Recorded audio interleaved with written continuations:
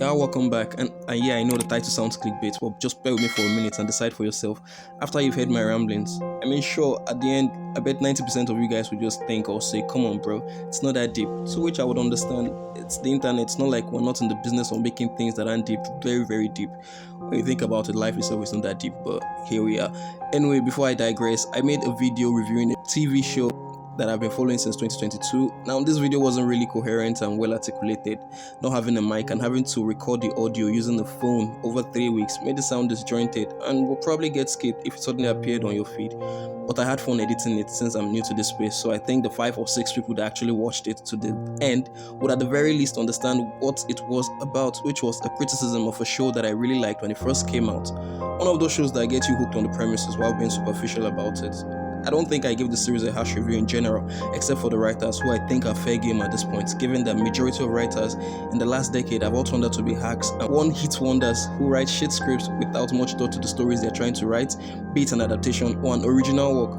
Writers today are crap, and I haven't liked anything Hollywood has put out in the last 6 years, which is evident because we've seen every major studio and IP suffer serious backlash in the recent years.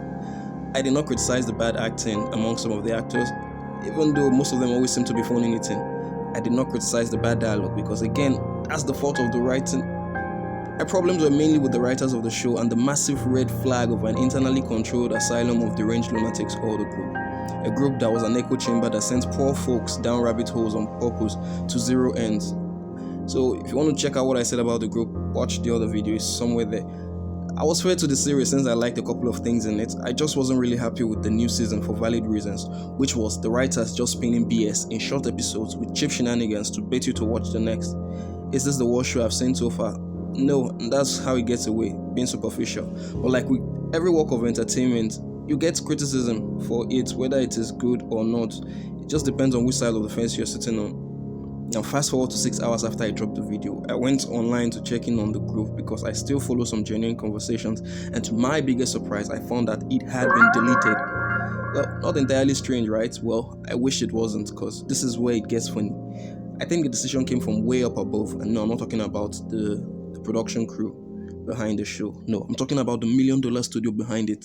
Old accusations, I know, but see, in the past, to anyone that crossed the admin or the moderator's radar and is perceived to be critical of the show and might be a problem, they just delete the post and the comments, and at the severest just ban the person for 30 days, which will make the person stop making posts or comments, which will either frustrate you to leave or make you lose interest in the show. It was simple but effective. Now, with almost 500k members in a public group, it would seem fishy that group would just suddenly vanish into thin air. Now, further investigation as to why this would happen, I came across findings that suggested that MGM did that to try and erase the truth behind what the show is really about, which is that it was made to be a social experiment and not for the right reasons. You see, shows like Lost was revolutionary in the sense that it was new and groundbreaking, thereby gathering a huge following, until the writers lost control of the story and it went downhill and people started buying out. From was made to capture that same audience, but only in the most disingenuous way possible. Give them a story that is riddled with theories, and people who like riddles and mysteries would devote their entire lives trying to solve them. Now, how can you solve a riddle that has no answer? To you, the audience, the question has already been answered because it's the writer's work.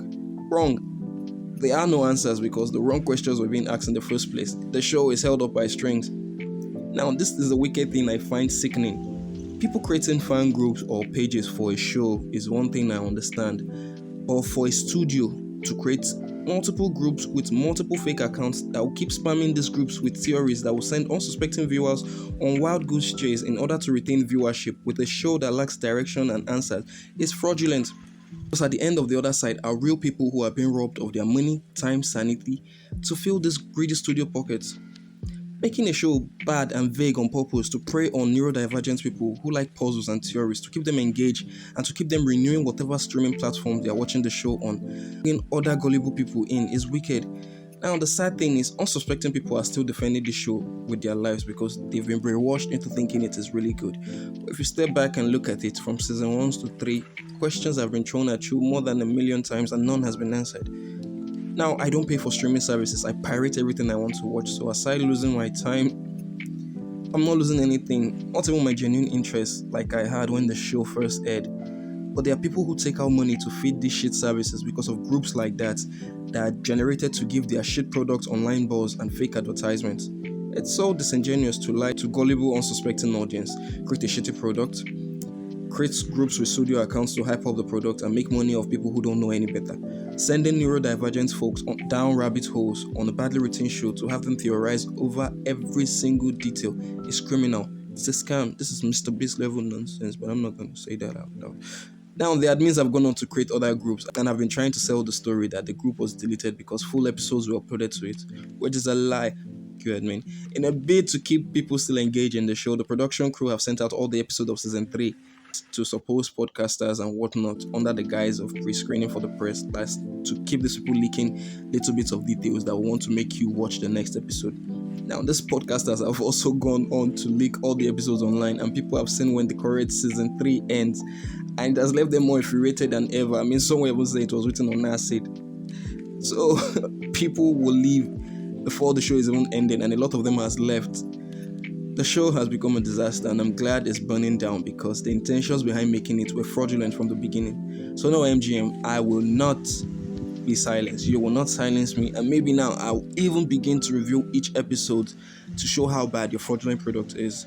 So until then, GG's.